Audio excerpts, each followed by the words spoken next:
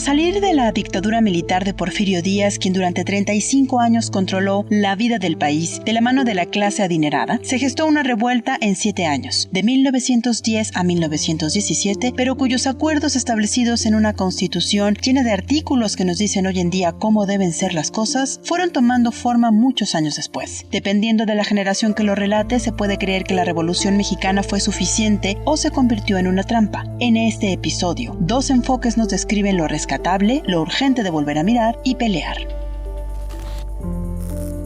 La revolución sí trajo grandes cambios.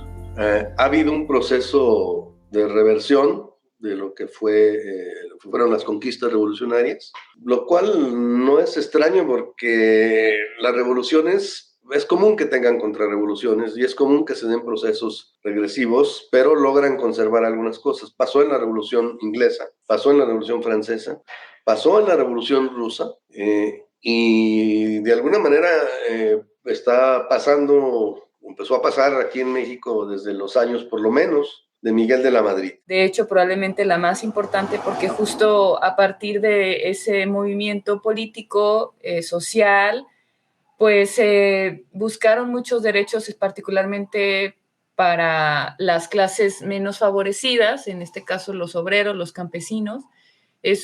Fue una revolución con tintes de izquierda, de movimiento de izquierda. De hecho, fue una de las revoluciones inspiradoras de otras revoluciones en el mundo.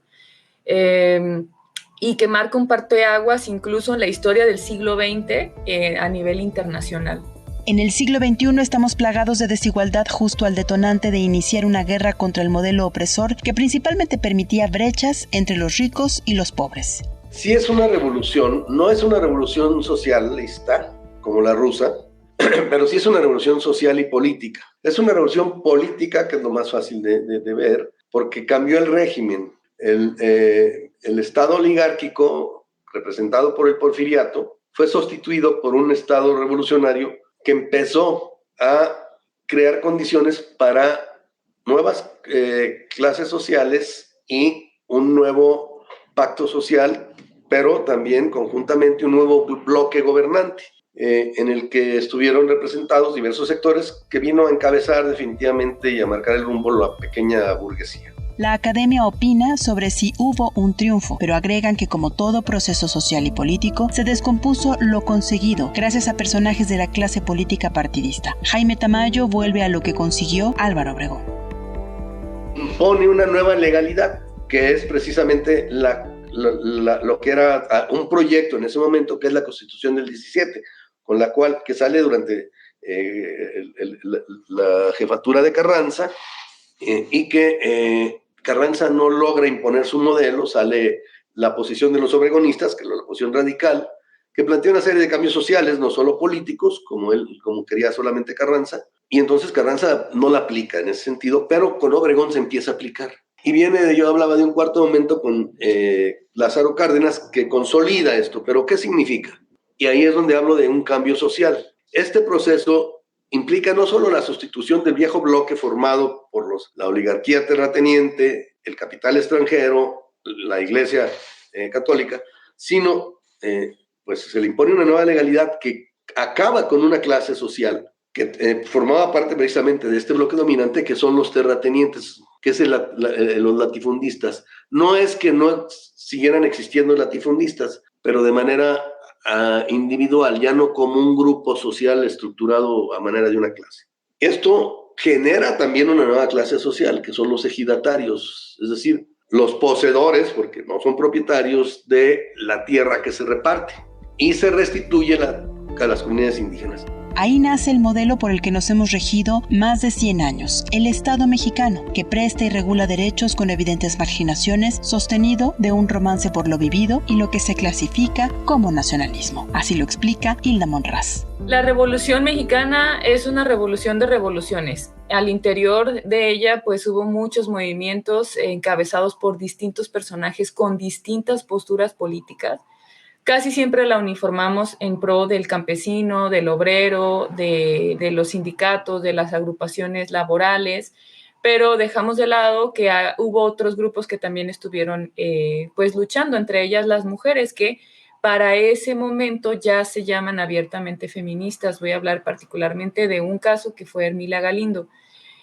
En la iconografía, incluso se puede decir, de la representación tradicional de la Revolución Mexicana, sobre todo marcada por los muralistas en los años 20, 30 del siglo XX, casi a la par del final del proceso revolucionario, pues vemos la representación de las mujeres como las adelitas, como las acompañantes en los mítines, en los procesos, incluso en los levantamientos armados.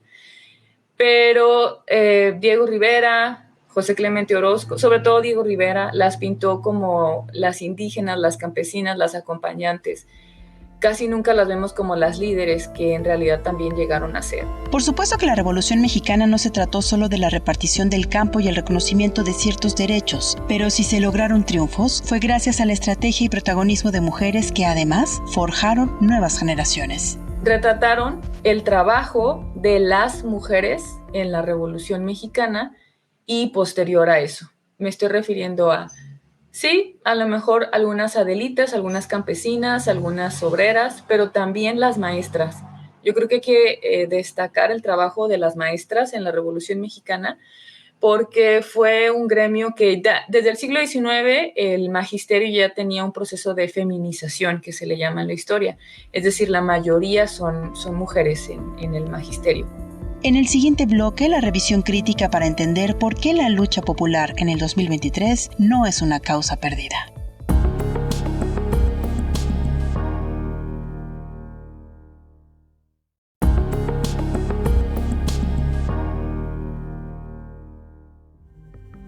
Además de que vivimos entre calles que llevan solo los nombres de los hombres que jugaron como piezas importantes en la Revolución Mexicana, sin que todas las generaciones recuerden cuál fue su papel, justo no hay avenidas con los nombres de las más avanzadas mentes cuyos apuntes fueron ignorados por Venustiano Carranza, las mujeres. Esto plantea desde dónde la Revolución Mexicana edificó los triunfos, derechos que seguían racializando y diferenciando a campesinado, a mujeres de hombres, incluso avergonzándose de la disidencia sexual, al olvidar realzar al primer hombre transgénero militar que fue parte de la revolución.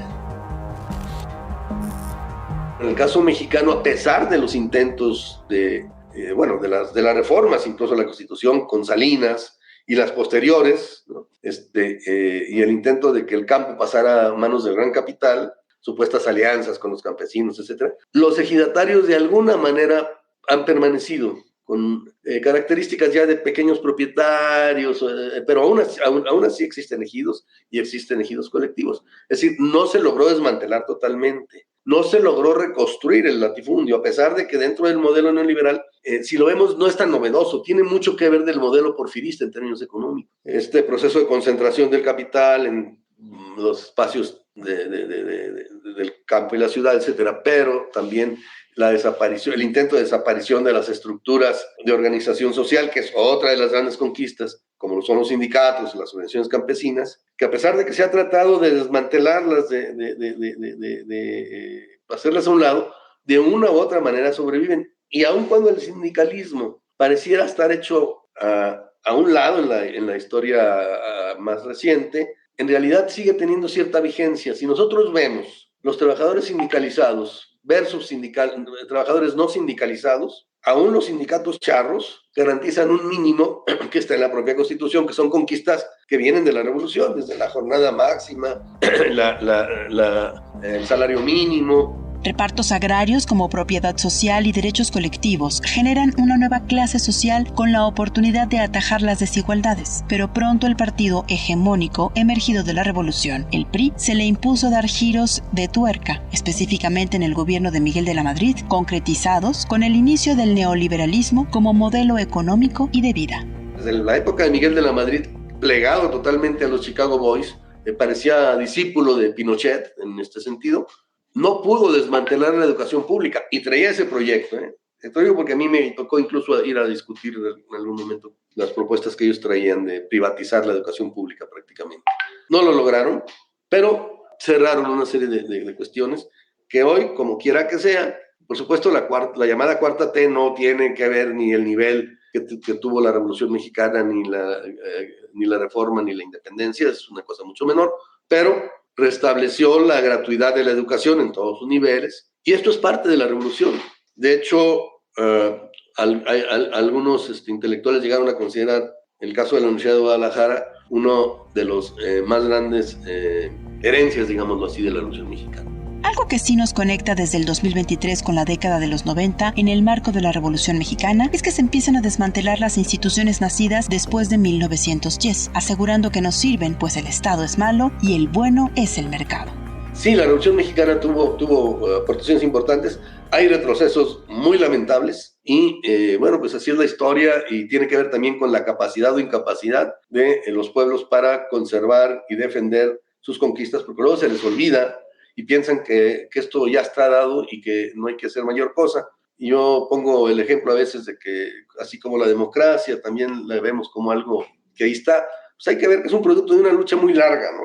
Muy larga. La transición se llevó muchísimos años, la alternancia como una primera expresión de un acercamiento pues fue hasta el 2000, pero ya los que nacieron o vivieron eso, pues lo ven así como la luz. Mientras no se va la luz, no nos damos cuenta que nos hace falta. Nos damos cuenta cuando no la tenemos. Cuando se nos va la luz, entonces ya no hay internet, ya no podemos leer nada, ya no podemos, etcétera, ¿no? Pero mientras la tenemos, ni siquiera pensamos. Y eso pasa con las conquistas de la revolución y con los procesos sociales y políticos que se viven cuando la gente ya se acostumbra a ellos y los ve como algo natural. No son naturales, son parte de la lucha de clases, de la lucha social, y en ese sentido hay que conservarlos, luchar por ellos, mantenerlos y, de ser posible, ir más allá. La idea de la Revolución Mexicana en torno a la construcción de la identidad de la nación también es que hay que entender que hasta 1910, o sea, todavía en el siglo XX, México como nación pues era un proyecto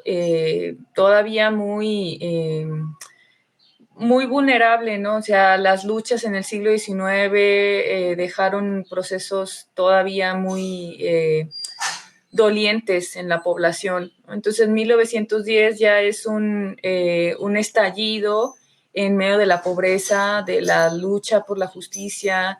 Entonces, mucha gente estaba dispuesta a perderlo todo con tal de luchar por lo que consideraban justo.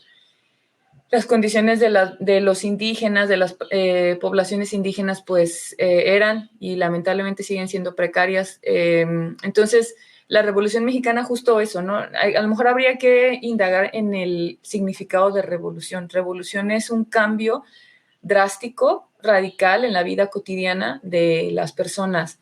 Esto puede ser vía bélica, vía guerra, con los levantamientos o con cualquier estrategia bélica, o una revolución cultural vía tecnológica. Quizás si un instinto nos sobrevive de ese momentazo de la vida política y social de México en 1910, son los procesos paralelos con independencia de que las clases privilegiadas no se conformaron y han seguido orillando al país a dar pasos para atrás. Pero eso lo veremos en el tercer bloque, el nacimiento del movimiento feminista en la revolución.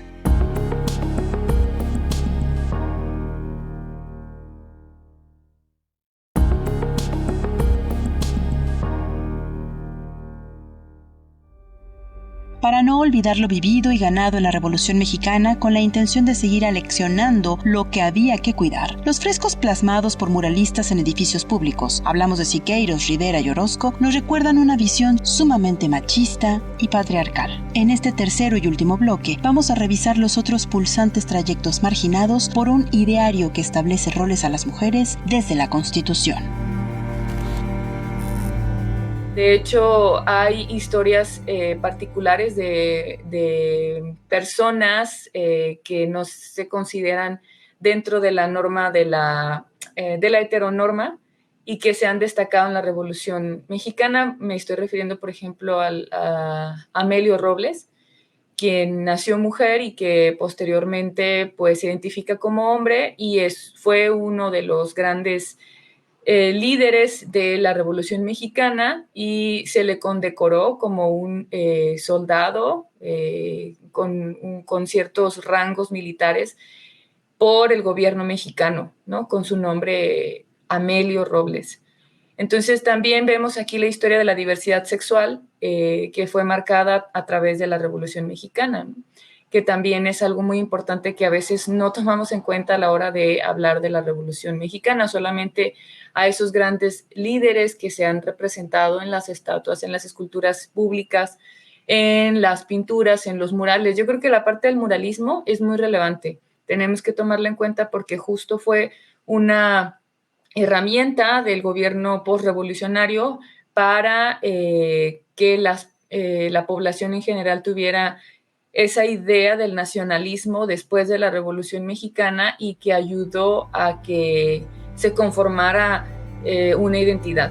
Sostener el ideario de la revolución implicó homogeneizar la vida íntima y en lo público, exaltar el nacionalismo pacificador porque ya se había ganado lo importante y lo demás vendría después. Ya había fotografías, es la ventaja que tenemos, digamos, en términos de técnica, y entonces justamente gracias a esas fotografías se tienen los registros de mujeres que participaron en frentes de batalla, pero también a las que participaron en frentes políticos, ¿no? Hay que recordar que para ese momento las mujeres no son reconocidas como ciudadanas y pues no tienen derecho al sufragio, al voto, pero era una idea que ya tenían muchas de ellas y que justo después de la revolución pues ya se va a ir fraguando y finalmente llevado a la práctica hasta los años 50. Entonces fue un proceso lento, pero creo que la Revolución Mexicana pues ayuda a entender esas particularidades y esos procesos al interior de la historia de las mujeres y del feminismo en México. El acceso a la educación fue derecho e instrumento acrítico o bastante machista, pero para eso teníamos a María Izquierdo. Pocas veces a las mujeres, muy pocas veces a las mujeres, incluso boicoteándolas, particularmente a María Izquierdo. ¿Por qué?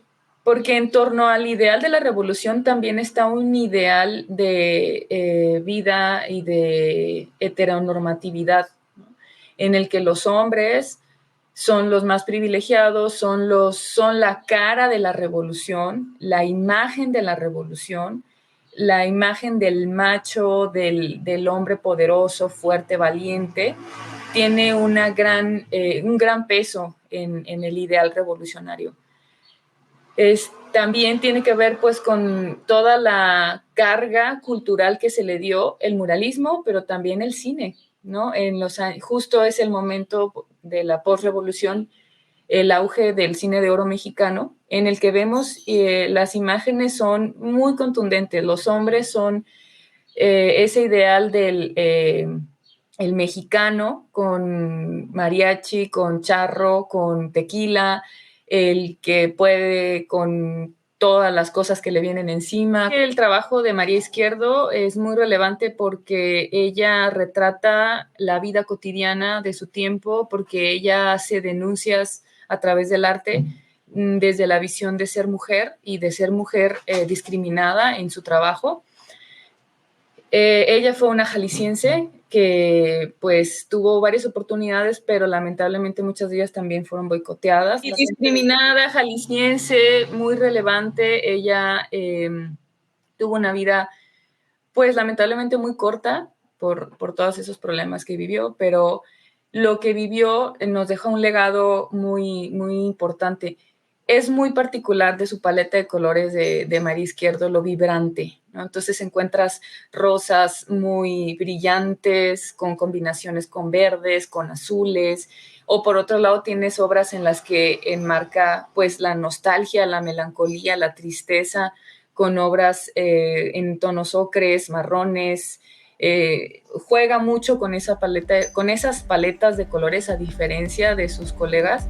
La revolución como proceso fue un parteaguas para que emergiera el movimiento feminista y arrojar cambios que no se respetaron por los líderes misóginos. Mila Galindo, una colaboradora de Venustiano Carranza en el movimiento constitucionalista, gracias a ella, se tiene la primera ley del divorcio en México, ¿no? Ella fue la que la ideó, la que la escribió y bueno, sale finalmente por Venustiano Carranza. Pero ella también tenía ideas en torno, por ejemplo, a la educación sexual. Fue la primera en decir abiertamente que las mujeres tenían impulsos sexuales iguales que los hombres y que por eso tenían que ser educadas en ese sentido. Es una educación sexual, pues no como la pensamos ahora, ¿no? Que tiene que ver con a lo mejor métodos anticonceptivos o el placer, ¿no? Simplemente eso. No, es una educación sexual de su tiempo, de conocimiento, está enmarcado en los avances científicos de la época. Ella leía a grandes filósofos y científicos de su tiempo, no nada más en español, también en inglés y en francés. Entonces era una mujer muy letrada, muy, muy culta y que trataba de llevar a la práctica todas esas ideas que leía. Fue una de las organizadoras del primer Congreso Feminista en conjunto con el entonces gobernador del estado de Yucatán. La academia consultada coincide en mirar la Revolución Mexicana para la autoexploración sobre cuánto la corrupción, el asistencialismo, la tecnologización de la vida, los roles sociales y estereotipos promovidos por las economías globalizadas nos han impactado, y entender que el hito es insuficiente, pues sigue abierto un proceso que requiere sin odio ni discursos bélicos.